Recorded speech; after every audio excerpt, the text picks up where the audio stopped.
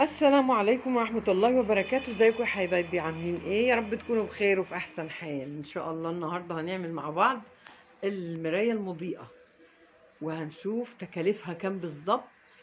انا عاملاها في رمضان، احنا بعد رمضان دلوقتي. عمل ما خلصتها بقى، عمل ما خلصنا الكحك والبسكوت والحاجات، بقيت اعملها واحدة واحدة. كل ما يبقى معايا فلوس اروح اجيب حاجة. يعني انا طولت علشان اخلصها، يعني في ايه، في شهر رمضان ان شاء الله. قبل رمضان ما يخلص كانت خلصانة زي ما انتم شايفين كده. هنشوف مع بعض مراحل، يعني مراحلها ان شاء الله كانت عامله ازاي وكده. انا هحط الفيشه، انا عامله لها فيشه. بسم الله. الفيشه اهي، اوريها لكم برضو. انا حطاها هنا بس لغايه ما اصور لكم بس. شايفين؟ بسم الله ما شاء الله الصوره عملت ازاي، من طبعا من كتر الاضاءه. هنشوف مع بعض يا حبايبي مراحل اعدادها يعني، وتكلفتها بالظبط. شوفوا النور، مش قادرة افتح عينيا في النور. هنحاول ايه، نخليها ايه ان شاء الله، نعدلها شوية ونخليها بمفتاحين، بحيث ايه ما تبقاش النور قوي قوي كده. عشان ايه؟ عشان ما يبقاش كتير قوي على النور. هنشوف طبعا تكلفتها بالظبط، ومعكم ام هشام وصفات سوبر مام. يلا يا حبايبي عشان نشوف تكلفتها ومراحل اعدادها كلها واحدة واحدة وخطوة خطوة. يلا السلام عليكم، يلا نشوف التفاصيل بقى. السلام عليكم ورحمة الله وبركاته. ازيكم يا حبايبي؟ عاملين ايه؟ يا رب تكونوا بخير. هنشوف النهارده تفاصيل هنروح لأرض الموقع طبعا، الموقع اللي احنا بنشتغل فيه. زي ما انتم شايفين كده المراية المضيئة اهي. عملتها بس خشب كده عند الراجل النجار ده، طبعا عشان انا مش هعرف اعمل كده. قلت له يصنفرها لي بقى ويخليها لي جميلة كده على ايه البياض. رحت انا بقى جبت بقى ايه، جبت لاكيه ابيض. وقبل ما اجيبها منه خليته خرمها لي بالشنيور. زي ما انتم شايفين هي ايه اهي، زي ما انتم شايفين اهي. هي متر ونص طول، غير الخشب الداخلي يعني مقاس المراية 50 في 150. ده غير الخشب طبعا مساحته اكبر شوية. تمام اهو زي ما انتم شايفين انا حطاها كده عشان بقى اعملها ايه. ولبست زي ما انتم شايفين كده، زي ما يكون واحد هيبيض وكده يعني. جبت كل الحكاية، كل الحكاية ايه، نص كيلو، نص كيلو لاكيه ابيض اهو. وتجيبي معاكي ايه، ده بيجي من عند الراجل بتاع المونة والبويات والحاجات. ده نفط، او ممكن تجيبي برضو ايه، اسمه ايه، بنزين. وعندي طبعا اهي عدة اهي، عندي فرشة اهي جميلة اهي زي ما انتم شايفين فرشة. وجبت دي كمان عشان اديها ابيض، بتاعت المطبخ، بتاعت المناديل. فانا هديها ايه، هديها لاكيه ابيض زي ما انتم شايفين. خليته عمل لي ايه، خروم. والخروم دي اهي بالشنيور طبعا من عند الراجل، علشان مكان الدوي، دوايا هنا ودوايا هنا ودوايا، وعشان اللونات بقى ربنا ييسر لنا امورنا ان شاء الله. وزي ما انتوا شفتوا كده يا حبايبي، عامله فيها بقى مبيض، وعماله اعمل واروح واجي كده والبلكونه بقى.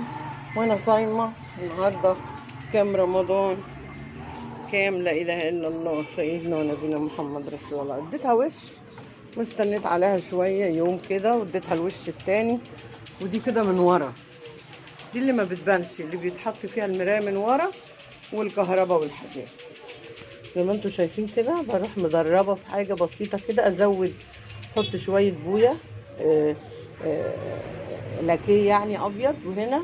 وبعدين احط هنا ايه شويه جاز، وما يخففش قوي. وما احب اخف انا عاملاها خفيف قوي طبعا. السلام عليكم ورحمه الله وبركاته. معكم مها من وصفات سوبر ماما. زي ما احنا اتفقنا ايه، احنا ماشيين واحده واحده كده علشان ايه، المرايه المضيئه اللي احنا بنعملها دي المرحله الثانيه ولا الثالثه باين. إيه، بنركب طبعا الدوي، طبعا احنا خلصنا دهان، بنركب الدوي بتاعتها الدوايات زي ما انتم شايفين. الباشا بتاعنا بنت اخويا حبيبتي مريم هي اللي بتركبها لي، هي قسم كهرباء، وهي قالت لي انا اللي اعملها لك يا عمته. ربنا يصلح حالها ان شاء الله وينجحها باذن الله. طيب احنا على الهوا على فكره ماشي مع السلامه. واحنا كده قربنا نخلص كده، هي في اخر دوايه. تمام، هي متطوعه يعني اعملها لك يا عمته، وخلتها لي بسم الله ما شاء الله ازاي جميله كده. هيبقى فاضل ايه، لسه هيقفلوها من ورا. يلا كل سنه وانتم طيبين، ومع بعض ايه بنعمل احنا المرحله مرحله، عشان اللي عاوز يعمل زينا برضه. بابا هيطلع في الصور مش مشكله. وهي اهي كل دوايه عملنا لها ايه، ثبتناها طبعا بمسمارين كده، ومن هنا طبعا السلك اللي تقريبا كده حاجه بسيطه يعني نص 5 سنتي كده، حاجه بسيطه.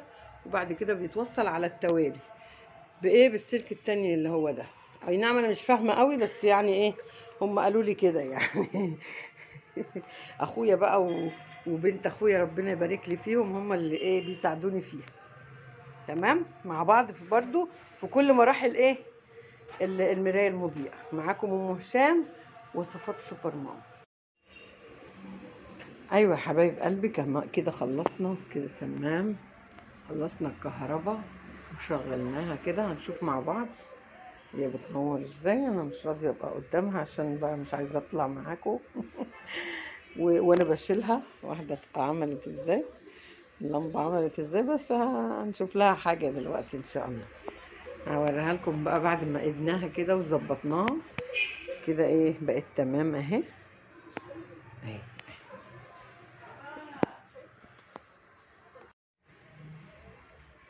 وبكده يا حبايبي نكون دي تبقى ايه النهايه كده. بسم الله ما شاء الله طالعه جميله.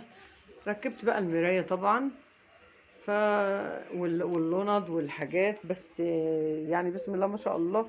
يعني انا كنت هجيبها ب1650 جنيه، هي ما كملتش 1000 جنيه، يعني هي في حدود ايه 700 جنيه تقريبا كده. تمام اهو 700 800 يعني في الحدود دي، طبعا بعد غلاء الاسعار الغلاء الاخراني ده. تمام، احنا يعني مش عايزه اطول عليكم، طبعا عاوزه اقول لكم التكلفه كلها. يعني الخشب، عملت حته الخشبه دي عند الراجل ب200 جنيه زي ما قلت لكم في اول الفيديو. تمام، بالطول كده بيبقى جميل ازاي. تمام اهو كنت هطلع اهو إيه زي ما انتم شايفين كده. زي ما قلنا الخشب عملته عند النجار الاطار ده ب200 جنيه.